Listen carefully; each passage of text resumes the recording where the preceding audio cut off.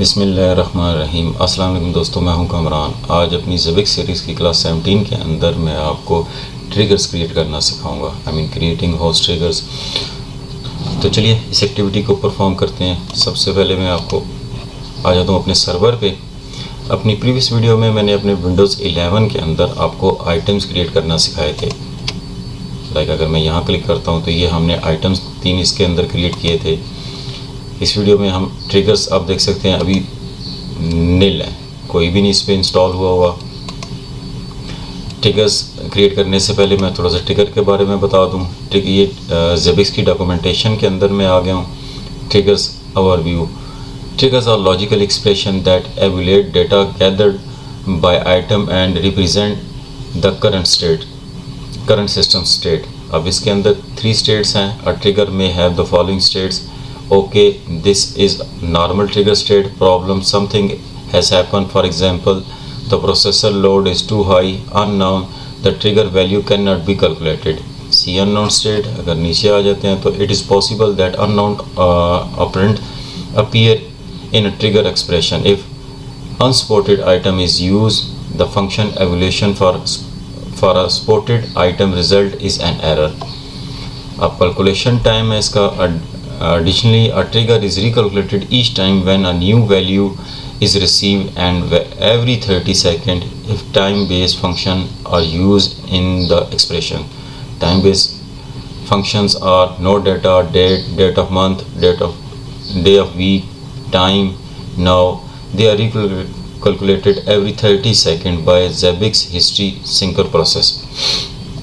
वापस आ जाते हैं, यहाँ ट्रिगर्स पे क्लिक करते हैं और यहाँ से create a triggers. Make sure जो आपका होस्ट है वो यहाँ सिलेक्टेड हो। सिलेक्ट ऑप्शन मैंने विंडोज़ 11 पे क्रिएट ट्रिगर, और यहाँ मैं आपको दिखा देता हूँ जो मैंने करना है। हम इसके अंदर ना just basic we create a basic trigger. The trigger will check for no data from the host for 120 second. अब यहाँ इसका हम नाम दे देते हैं no data for 120 second. Event name आप रख सकते हैं ऑपरेशनल डेटा सवेट. अब सवेरिटी में information, warning, average, high, disaster.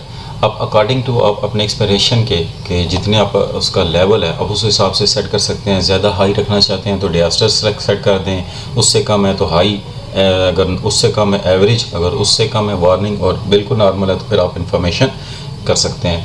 अब ट्रिगर्स इसीलिए सेट किए जाते हैं ताकि आपको टाइमली जो है वो अलर्ट मैसेज यानी कि नोटिफिकेशन मिल सके.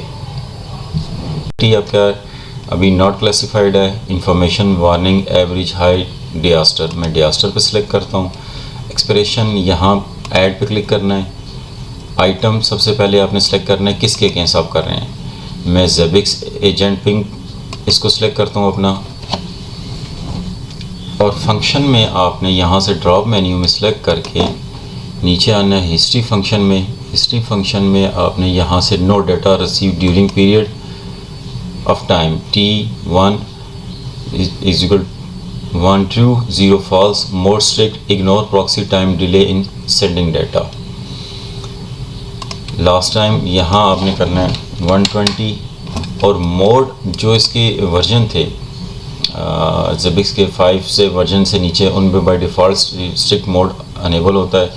अगर यहाँ आप स्ट्रिक्ट मोड अगर आप यहाँ स्ट्रिक्ट करते हैं. अब स्ट्रिक्ट है क्या मैं आपको बताता हूँ. इससे नीचे आ जाता है रिज़ल्ट में हमने ट्रू करना है तो हमने यहाँ 1 कर देना है. अभी फ़िलहाल मैं स्ट्रिक्ट इसको यूज़ नहीं कर रहा, लेकिन स्ट्रिक्ट आपको मैं एक्सप्लेन करता हूँ. यहाँ आके ये ज़ेबिक्स की डॉक्यूमेंटेशन है.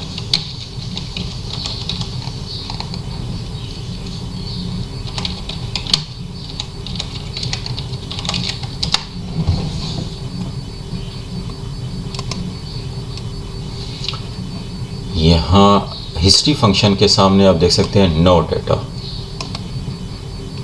यहाँ आपने क्लिक करना है, स्क्रॉल डाउन करना है.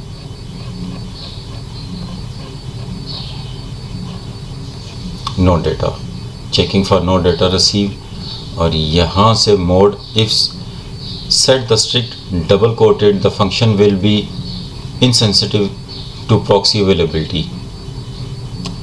अब यहाँ मैं आपको देखता हूँ return one if no data receive during the defined period of time, zero otherwise. Since ZBIX 5.0 the no data trigger monitor by proxy are by default sensitive to proxy availability. If proxy become unavailable the no data trigger will not fire immediately, यानी कि अगर proxy आपकी available नहीं है तो आपका data immediately fire नहीं होता। After the restored connection but will skip the data for delay period. Note that for passive proxy suppression is activated if connection is restored more than 15 seconds and no less than 2 and proxy update frequency second later. For active proxy suppression is activated if connection is restored more than 15 seconds later. To turn off sensitiveness to proxy availability, use the third parameter, example no data slash host slash key comma 5m and in commas के अंदर strict उसने use किया हुआ है। In this case the function will work the same as above 5.0 and fire as soon as the evaluation period 5 minutes without data has passed। वापस आ जाते हैं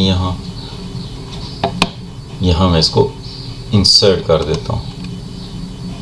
ये मेरे एक्सप्रेशन आ गए इसके।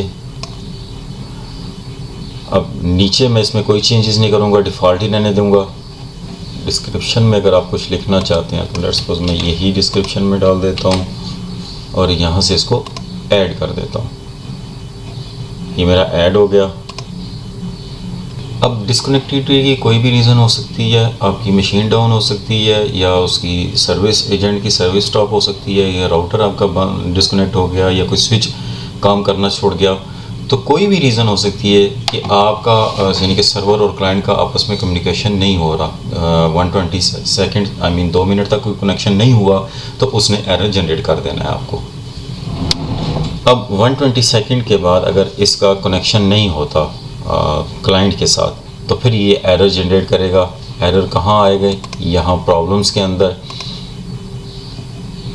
अभी आप देख सकते हैं कोई प्रॉब्लम नहीं है। अब प्रॉब्लम कैसे आएगी? मैं अपनी क्लाइंट मशीन पे जाके उसको इसका एजेंट टर्न ऑफ कर देता हूँ।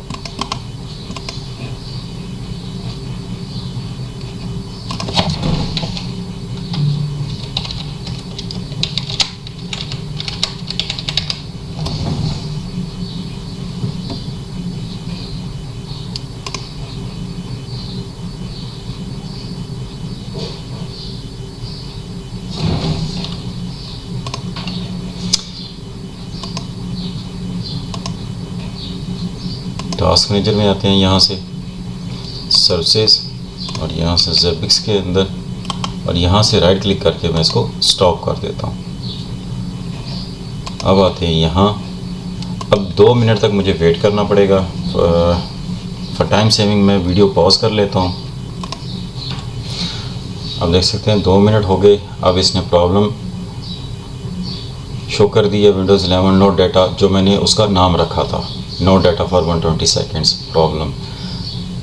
अब इस प्रॉब्लम को रिमूव करना है तो कैसे करना है? मैंने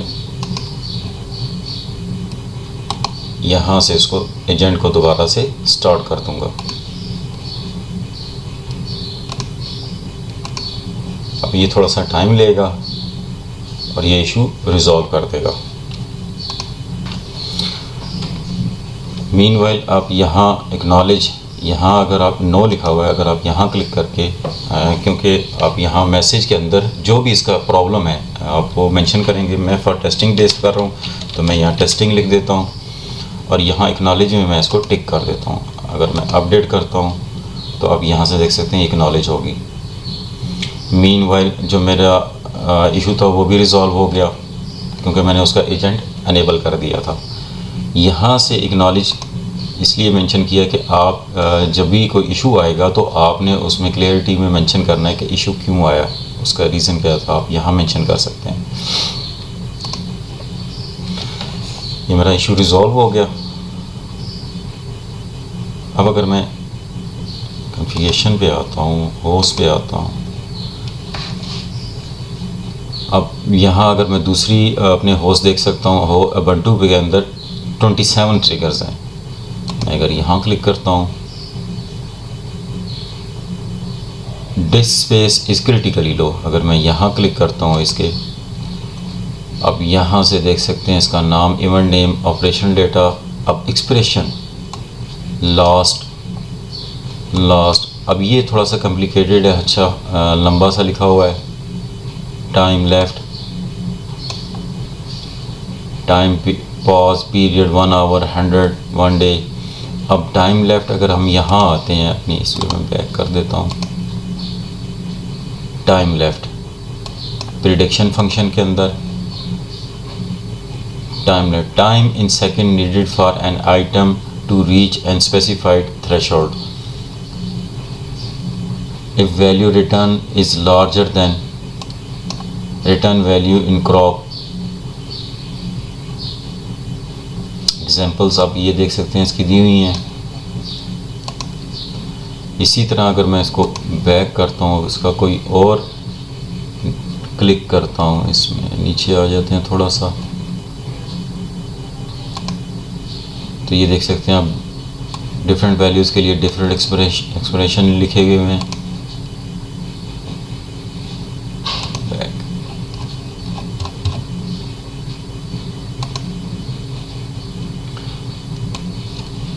ये इसके फंक्शंस। एनीवे वापस आते हैं। अब होप आपको समझ आ गई होगी कि कैसे ट्रिगर्स हम क्रिएट करते हैं। इस वीडियो में इतना ही, मिलते अपनी नेक्स्ट वीडियो में, तब तक के लिए अल्लाह हाफिज़।